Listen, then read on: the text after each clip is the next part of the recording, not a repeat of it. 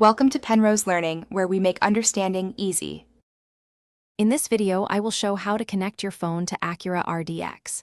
Enable Bluetooth on your phone and set the RDX to pairing mode from Phone Bluetooth Add.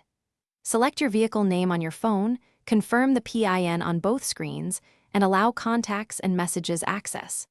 If you hit issues, restart Bluetooth, try forgetting the device, or check your phone software for updates to resolve pairing quirks. For Apple CarPlay or Android Auto, connect via USB or wireless if your RDX supports it, and follow on-screen prompts.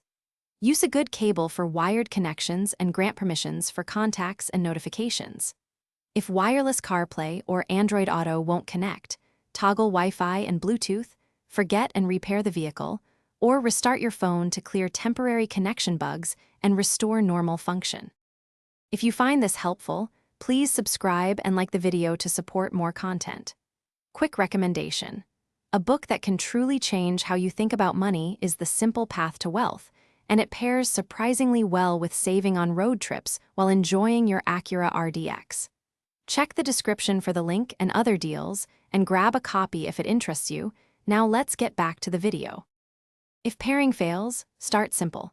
Restart your phone and the RDX display. Forget the vehicle on your phone, then re-add it using the Phone Bluetooth Add menu. Make sure the phone software and Acura system firmware are current, and disable other nearby Bluetooth devices that might interfere. If problems persist, consult the owner manual or contact dealership support for deeper diagnostics and possible firmware refreshes to restore stable connectivity. Thanks for watching. If this was helpful, leave a like and consider subscribing. See you next time.